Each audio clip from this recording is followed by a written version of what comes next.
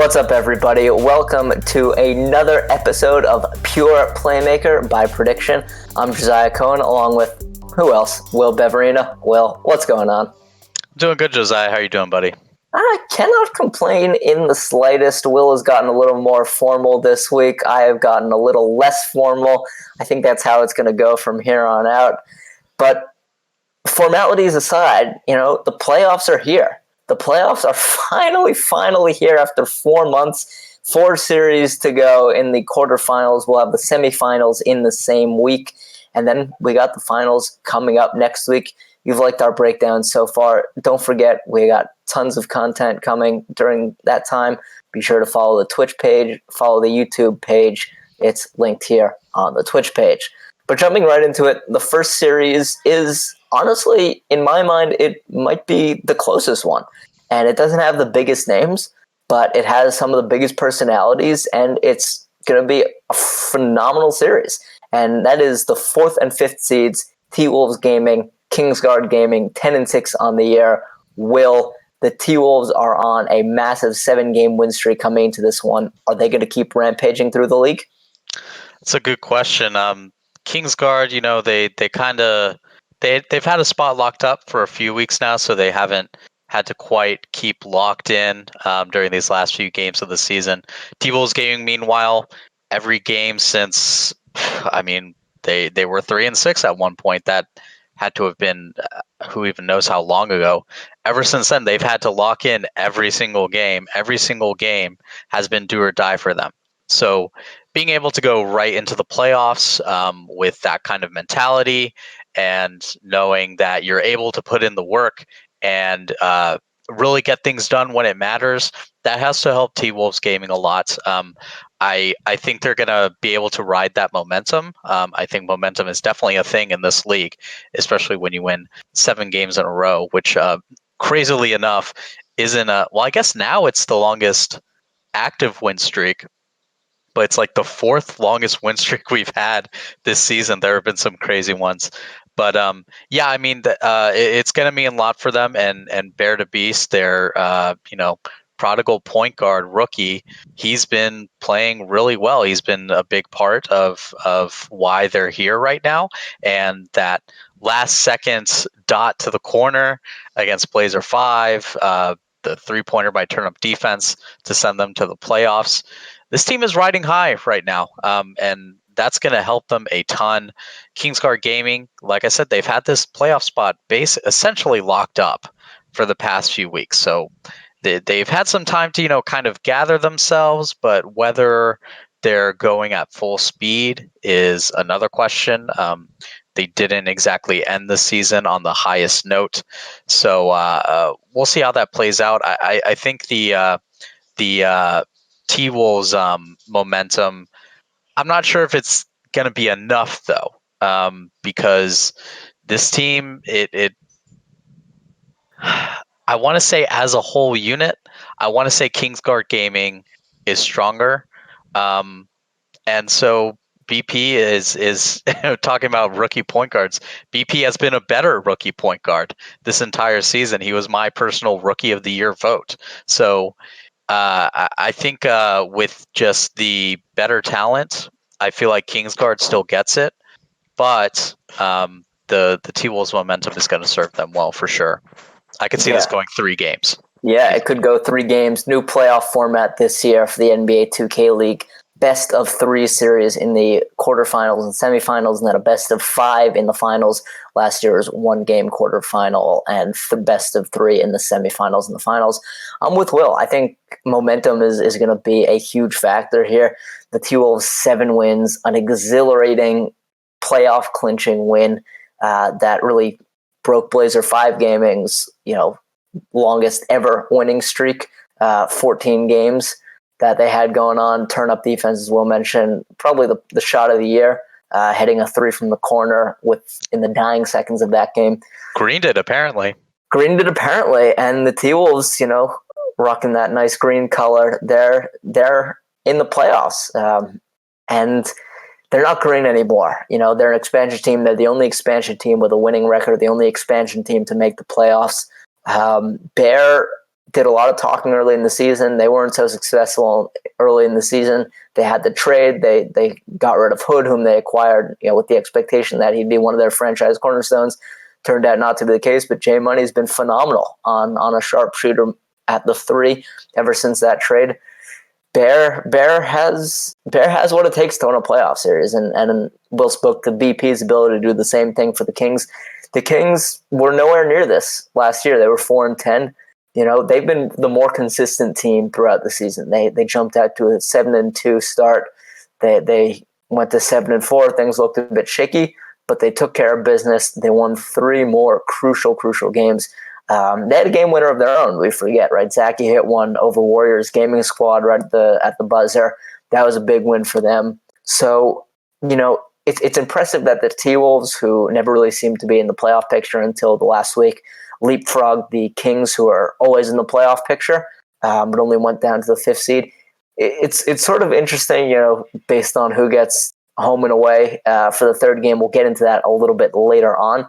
But honestly, I like the momentum right now. I really like the momentum. I feel like the T-Wolves, they just have it going. Everything is clicking on all cylinders. It's not to say that the Kings necessarily aren't, even though they did lose their last game. But, they've been more consistent. What's going to be more effective? I think consistency is better in the long run throughout the course of the entire playoffs. But I think momentum might just be enough to get you a win right off the bat in the first series. Again, it's a best of 3, more than last year. But at this point, you only have to play 2 games, right? You only have to play 2 games. These 2 teams have an extra day off. They play on Thursday. Will, hit me with your pick. I'm going Kings in this. I think, especially, we're talking about a series and giving teams the ability to adjust, because the games are broken up. It goes series 1, then series 2, then back to series 1. So that teams aren't playing back to back, and that gives the coaches time to game plan. And in the coaching category, I think the Kings have the edge there, don't they? With DJ Layton, that was my pick. I believe your pick as well for Coach of the Year, even though we didn't get an official vote in that. So when it comes to, I think adjustments are going to be big, and I think the Kings have the edge there. Like I said before, I think that just talent-wise, I think they have a stronger team. And BP has so far shown to me to be a better point guard than Bear, and that defense of Kingsguard is something serious.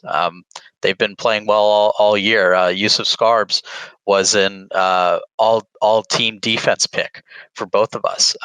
He's been really effective on that rim sharp. Zachy, who you mentioned earlier, been really good at that lockdown defender. In defense of the T-Wolves, you asked the question about consistency versus momentum. To be fair, last season's finalists, Josiah, Knicks Gaming and Heat Check, both had a lot of momentum going into those playoffs, didn't they? Knicks, of course, off of that miraculous ticket win, and the Heat Check, who were very hot once they switched to that 5 out with Hot Shot manning the shot creating slasher. So there is a lot to be said about what momentum can do. But then again, with the changed playoff formats, I think the adjustments, the strategy, the coaching is going to come a lot more into play here. And I got to go with Kingsguard for this. Yeah, I'll remind you and have you remember that we also picked that you and I also had Feast listed on our all defensive team, paralleling Yusuf Scarbs, Feast being the primary secondary defender. The pick and roll defensive partner there for tearing up defense of T-Wolves Gaming. So we both had that sort of balances thing out. For me, I look at it as game 1 being the crucial game in that series, bar none, right? You have the 2 main factors for me. You have BP on the away side. If BP comes out and it puts up 39 points as part of the Kings game plan, if it's as part of the Kings game plan, if he puts up 39 points, they're going to win, right? And, he can do that on the away side. Again, more about that momentarily. But if he has a phenomenal game and they get that first game, I think they go on to win the series.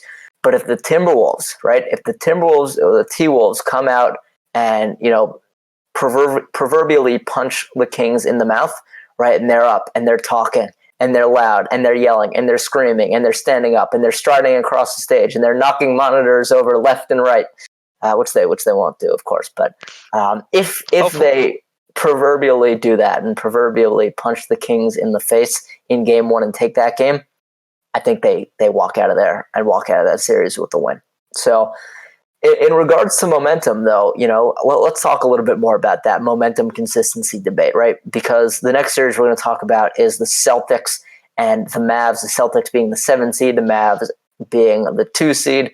The Celtics started the season 1-5. They went on a 9-game winning streak before losing a meaningless game to the Pacers in the last week of the regular season. 9 games, third longest winning streak on the regular season. Before you touch on that, last season, only one team entered the playoffs on a winning streak longer than 3 games. Another team had a 3-game winning streak. Only one team had a winning streak longer than 3 games, right? Yeah. And they did not go on to win it, right? Who was that? I'm curious. Not important, because the 76ers did not go on to win it. Okay. The 76ers did not go on to win it. Blazer 5 did not go on to win it. Those are the teams with 3-game winning streaks, 5-game winning streaks, right? They did not go on to win it. Only one of those teams even made the semifinals, right? And that's still in the best of 1 quarterfinal setup. Yeah. With this game, the Mavs had a 10-game winning streak to open the season. They're no strangers to hot streaks. They haven't done the same thing really over the last couple of weeks. They were pretty much in the playoffs with that 10-game winning streak. Was it 10 or 11? I feel like it was 11.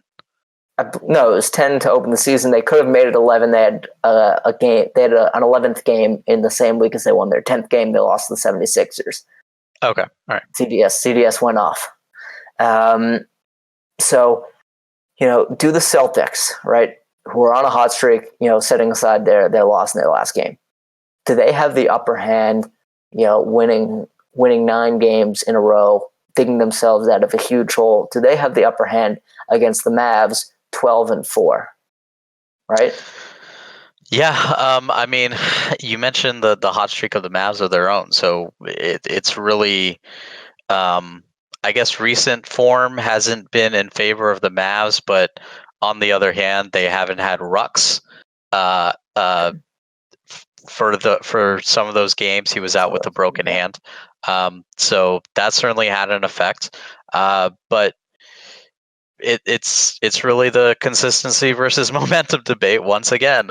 But if you want to set that aside, I think the Mavs are just a better unit altogether. They have 3 rookies who have been playing just fantastically. Pete was on our all rookie ballots. Josiah, easy all rookie, very easy, all rookie very, Pete very easy. pick. And then Mo and Sherm as well, who have both played well all year, plus the veteran Dimes, number 1 overall pick from last season.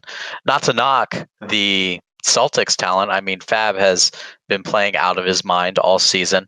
A guy we both had second on our MVP ballots. A guy who he was second in the league in scoring and first in assists. He's he's gonna and he's gonna be especially motivated. Both these point guards, Dimes and Fab, they're gonna be very motivated in this series. That's a rivalry that goes back since before this league existed, back in the Pro-Am days of NBA 2K, and then both being the number 1 and number 2 overall picks from last season only added a bit to that fire. So that's going to be a big one. Again, I feel like I just have to go with the talent here. The coaching matchup, that's going to be an interesting one. I could see debates either way for which guy you prefer there between LT and Rico. Both very good coaches. And so I don't know. My gut tells me Mavs gaming right now, because I think they can show up to this. They haven't had the best performances in tournaments so far. I can't quite remember what their highest finish was in the tournament. Maybe they got to a semifinals, maybe a quarterfinals, but I like the Mavs in this one. Just talent wise, I think all around they're a better team. I think the Celtics definitely have a weak point or two in their squad that the Mavs can exploit. There's really hardly any weakness when it comes to this Mavs team, and that's why they're a number 2 seed. That's why they went on a 10-game winning streak, and so going to be a real tough one for the Celtics. And like you said, they lost their final game to the Pacers. Maybe they let up a little bit, knowing that they had a spot clinched. Who knows? But Yeah. I like the Mavs for this one. Yeah, no surprise to anyone that Will is picking the Mavs to win this series in the first round here. Love those Mavs. Send the man some Mavs gear already. Jeez. But yeah, no. So the two key points for me here, though I like that Will is really hammering the coaching matchups, which I think will play an important role that people haven't necessarily considered. The two key points for me are as follows. Sort of, let's look at the weakest point probably on both of these teams. Power forward, right? You got Rux for Mavs Gaming at power forward. You got Bully, the number 8 overall pick, at power forward for the Celtics. And if me saying the number 8 overall pick in an ominous voice doesn't scare you a little bit, then what are you even watching for? So, like, Rux, I think Rux has proven, he can shoot, and that's what they needed him to do. He can shoot. They run their little Space Jam play a lot where he flashes up, sets the on-ball pick from the strong side corner. They like that a lot. That's going to be effective for them. How's Bully going to counter that? If Bully gets thrown in, what's Bully going to do in response to more complicated offenses than perhaps he's had to deal with necessarily so far? How's he going to hold up on the offensive end, right? Because here's the main thing that will, I think, determine this series. Besides for Melly's lock game, right, which has come on very, very strong in recent weeks. It's a great lock. One of the best scorers among locks in recent weeks. I look at the other side. I see Sherm, very good lock for the Mavs, probably underrated a little bit as well. They tend often a little bit towards switching offensively, right? And with Profusion, very good shooter, you're going to want to be careful to make sure he doesn't get an open look. They're going to want to switch more. If they get Mo switched onto Fab, though, what do you do then? What do you do? You pray. You pray, right? And Mo has held his own often against perimeter players, perimeter point guards. For example, he did a very good job in helping Sherm hold BP to one of his season lows on the year. But Fab is not BP in any way, shape, or form.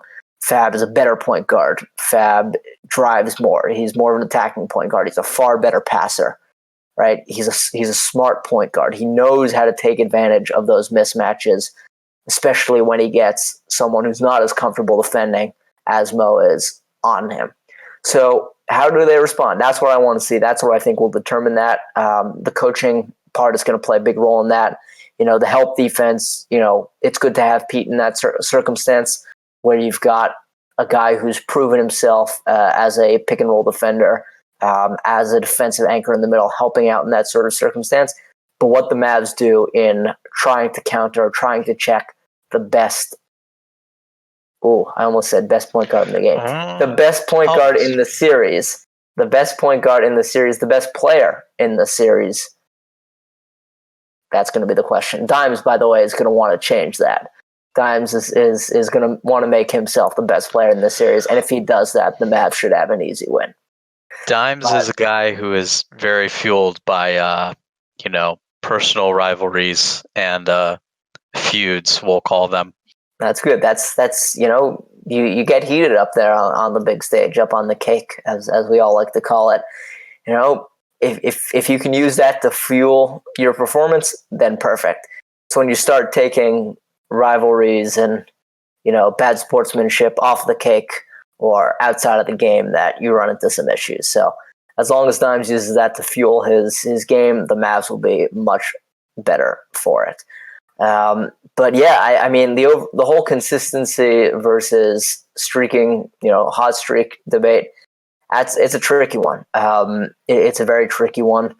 More consistent though, we've got you covered on all the in-depth analysis of the 2K League. Be sure to follow the prediction Twitch page and the YouTube page as well, which you can find here on the Twitch page. But I mentioned the 76ers earlier as one of those teams with at least one of only two teams with a 3-game winning streak heading in to last season's playoffs. They were 10-4 at the time, the second best regular season team in the league. They'd won the tip-off tournament, as they did this year. They're right up there again. They're 11-5.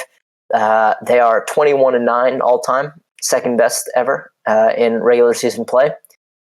But regular season play is in the postseason, Will. As Radiant will tell you, Radiant had a dud last time around in the semifinals. Best of 3, they were swept by eventual runners-up Heat Check Gaming. Will, Radiant has a matchup against the Pacers here and potentially a second-round matchup against the winner of the Mavs Celtics series. Is he going to turn in another dud? If you're the 76ers, you really hope not. Really hope not. You really hope not. Last season against the Heat, I was trying to think. He had a game where he only had scored 6 points. He scored 4 and 6 points. It was not good. You can't have from a guy who he wasn't an MVP finalist last year. He's an MVP finalist this year. He's on the ballot, one of the top 5. So you need, MVP finalist type performances from him. He's, one of the deadliest guys when it comes to the dribble moves, shooting out of the dribble. I think he is unmatched by any point guard in this league. He knows how to link those moves into getting open shots and taking advantage of those open shots better than everyone, I think. And the good news for him is ZDS was good last year. ZDS has been liable to have some crazy scoring performances. We just saw him score 52 points last week. Yeah, with highest total of the season, I believe. Not easy, especially just as a sharpshooter, but you don't want to rely on ZDS. You don't want to rely on ZDS scoring 50 points to get you through the playoffs, because that's not going to happen every single game, right? Especially in best of 3 series and then a best of 5 final series. So you need Radiant to do what Radiant has been doing in the regular season. He didn't have a great playoffs last season, but we know he can play in these high pressure situations. The 76ers, they have 2 tournament wins. They made it to the finals of this year's tournament. So I think the 76ers are the most composed team of any in the league. Jeff Terrell, he knows how to get his guys to calm down, focus on the game. Things aren't going your way. It's okay. Little by little, let's chip away at this. Keep focused on what you need to do. And that's going to be a big factor, I think. Composure is the number one thing you want out of your players when it comes to these high pressure situations, especially in the playoffs. And the 76ers, probably almost unmatched in the composure department. So, and Jeff Terrell, another guy who's a fantastic coach, guy who came in last season, shocked everyone with the system the 76ers were running, so finely tuned, and one of the signature systems of the NBA 2K League, going up against another guy who's pretty dang good, Cody Parent, as a coach. But yeah, Radiant, it all comes down to Radiant. It'll always come down to Radiant when it comes to the 76ers. You need him to get going. You need him to get going early, I think. Let him make something shake down there in the backcourt, get his dribble moves in, set those good picks for him, and just let him go to work, because he's going to, if the 76ers do end up winning this, it's going to be because of ZDS, and it's not going to be for any other reason. Yeah, I mean, here's the 76ers offense. If you are, for some reason, a team potentially facing the 76ers in need of scouting help, Radiant will bring up the ball, or he will receive the ball after crossing half court. He will get a pick from Steez. He will either do fancy dribble moves, make you fall back, and then hit a three-pointer, or he will drive and kick to ZDS, one of the best sharpshooters in the league. There, you're welcome. I've done your week's worth of scouting for you. Now you have to figure out how to stop that, and not many teams have been able to do that in the regular season, ever in the tip-off tournament. They've never lost a crunch time game in the tip-off tournament. They've lost one tip-off tournament game all time, I believe. Against Blazer 5 in Blazer 5. That was the stage group of last death, year. by the way. Blazer 5, 76ers, Raptors, and Magic. All teams who finished at least 8-6, 3 of which made the playoffs. That was a crazy group of death. Yes.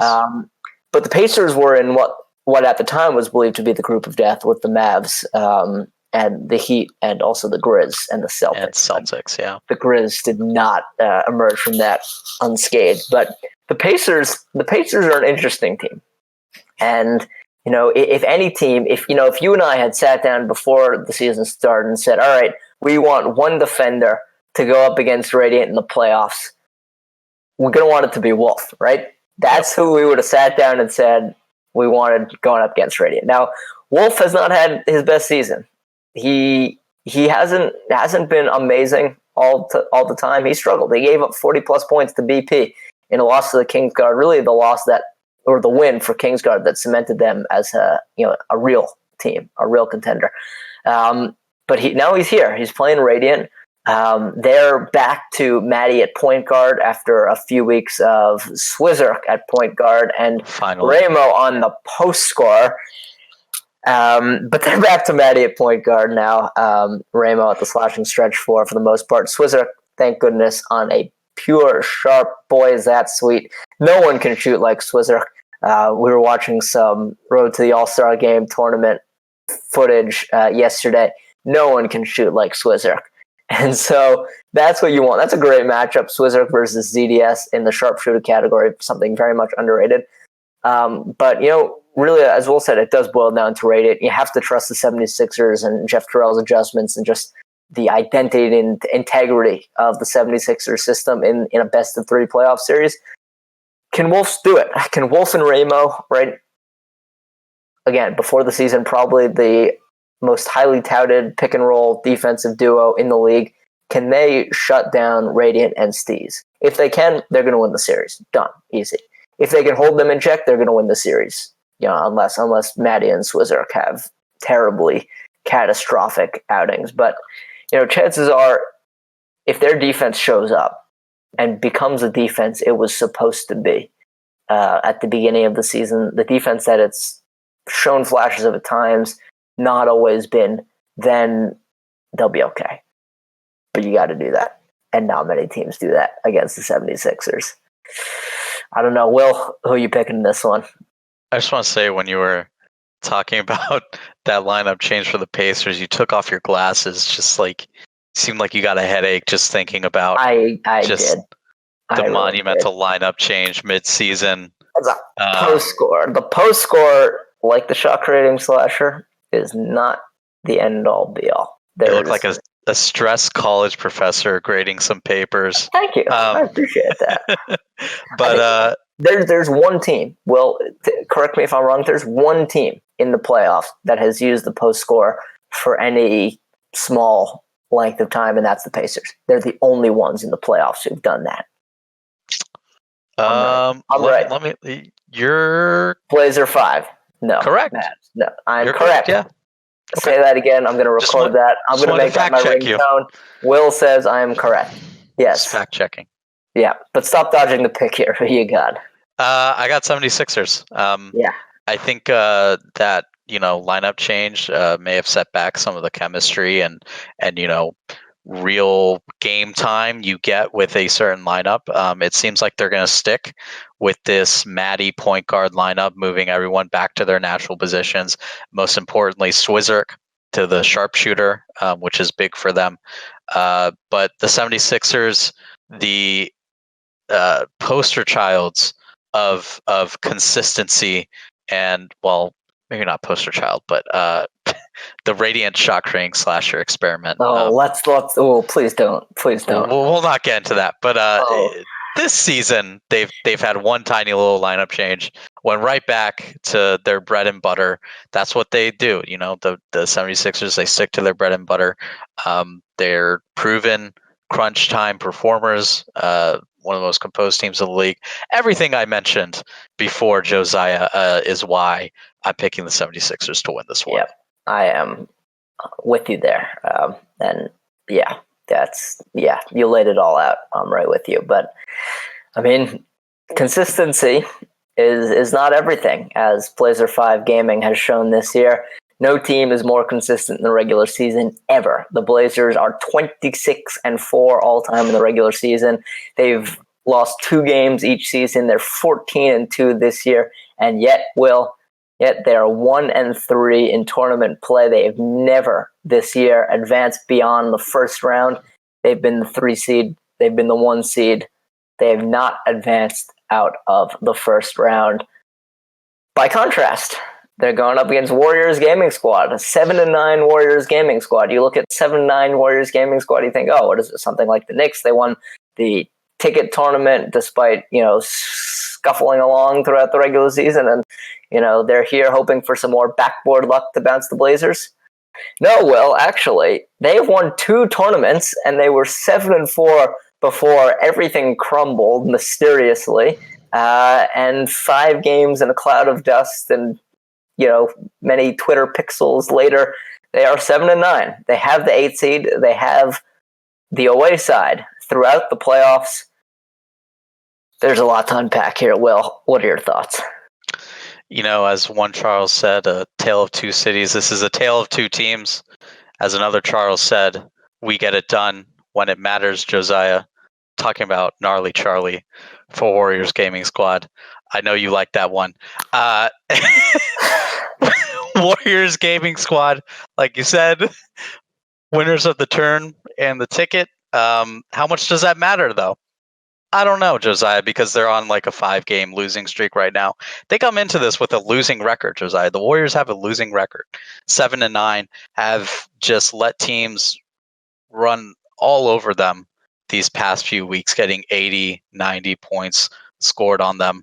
It's been really ugly. And Blazer 5, like you said, 14-2 in the regular season, but their tournament performances have been quite honestly putrid. They won 1 game against the Jazz in the tip-off group stage, and that's their 1 win all season. So we've talked about this a bit.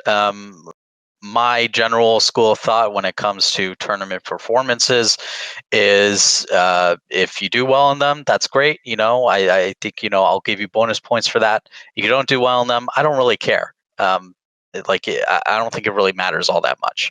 But man, we were talking about earlier, like consistency versus momentum. I don't know. Do the Warriors have either of those things, Josiah? Do they have consistency or momentum?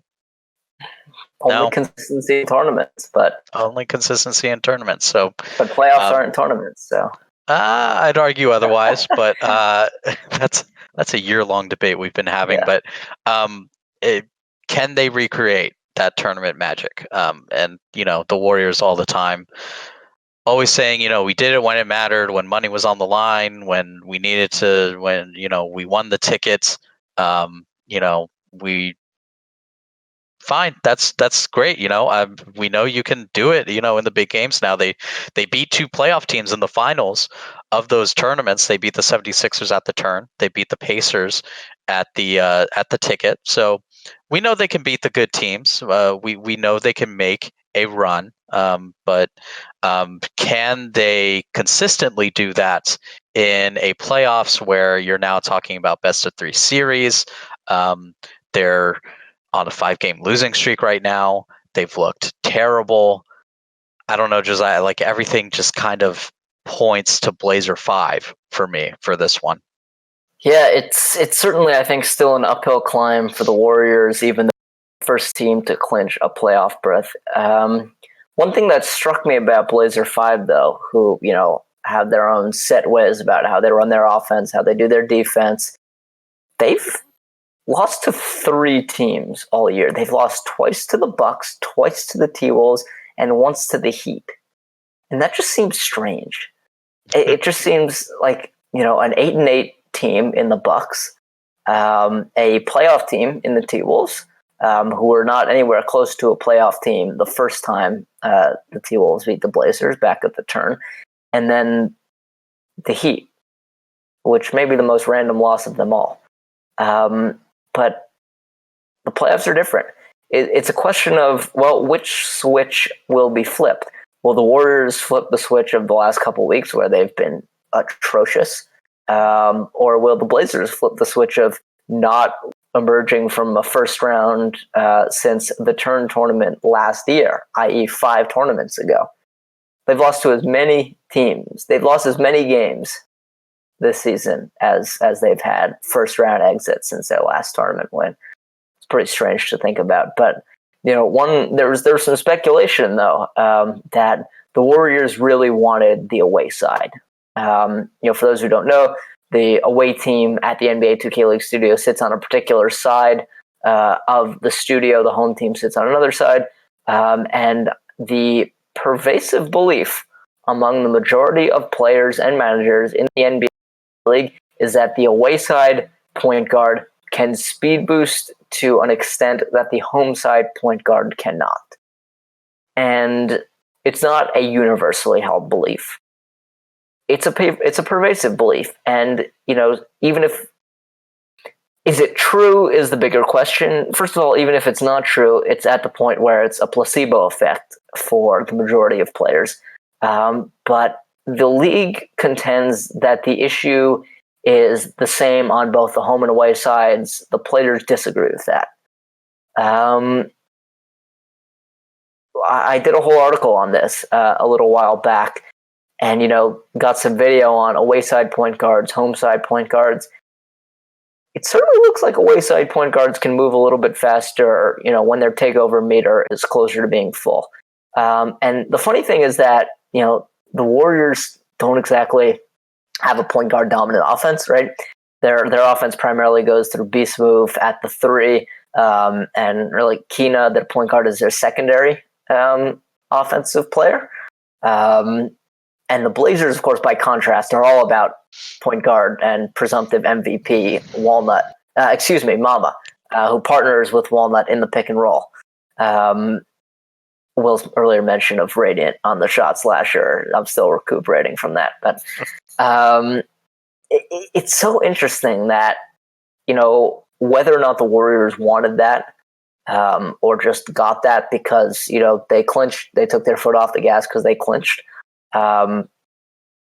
It's something they have now, right? Whatever they have is, whatever they think they have, that is, they have it. They have something. The league doesn't think they have anything. The players think they have something. Some players don't think they have anything. I don't really have an answer, Will. Do you? Who the hell knows? You and I, Josiah, we write about the NBA 2K League because we couldn't play in the NBA 2K League, which is something I say all the time. I have no earthly idea whether the away side point guard can speed boost more easily than the home side point guard. I've never played on the league build. I will never touch the league build in my life. I don't know. And the Warriors certainly contend that, they're just in a slump. And that, Which it could well be. Yeah, it could just be a coincidence. Who knows, man? You had a stat in that article you mentioned where the away team has had more wins during the regular season. They have a winning record. We'll see how that shakes out in the playoffs. It hasn't been the case necessarily in tournaments though, which is kind of funny. Though of course playoffs aren't tournaments, but well, I mean, in tournaments, the higher seed they get the home side, so they're the better team. Yeah. Yeah. And here you could be out in 2 games, right? Which would only give you 1 game on the away side. So it's not like it's such an overwhelming all the time winning formula. I mean, I guess if you really want to get, every little advantage you can, maybe there's something to be said for that. I don't see it. If the Warriors end up winning, I don't think it's going to be because they had the away side advantage, so to speak. Maybe it's going to come down to so much more than that one thing. So I don't know. It's we don't even know if this is a thing. Yeah, I mean, we're speculating on this. Will it matter at the end of the day? Not necessarily. Will someone blame not being on the away side for losing? Of course. Indubitably. Absolutely. And that's about all I'm willing to, stake my claim on. I think Blazer 5 are, talented, obviously, to the point where they don't need the away side. If the away side has an advantage, they've got Mama and Walnut, probably MVPs 2 years in a row, probably Defensive Player of the Year 2 years in a row as well. Walnut last year, possibly Lavish Phenom this year, although it's by no means an open and shut case. They're a very talented team. And, one way or another, teams have to take care of business. Home side, away side, consistency side, right? At the end of the day, yes, you have to get hot.